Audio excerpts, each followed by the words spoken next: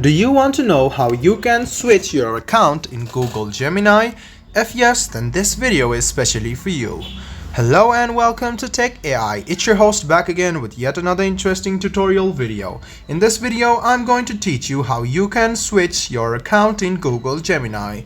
Go ahead and open Google Gemini, which is on your phone. Click on your profile, which is on the top right hand side of your screen. You can see the profile on the right hand side. Click on it and you can see your account. So if you want to choose your account, click on this arrow button and you can see your email load up. So go ahead and choose your account and you can see that your account has been changed. So in order for you to change it again, close the app, open Google Gemini, click on your profile on the top right hand side, tap on this arrow and choose your account.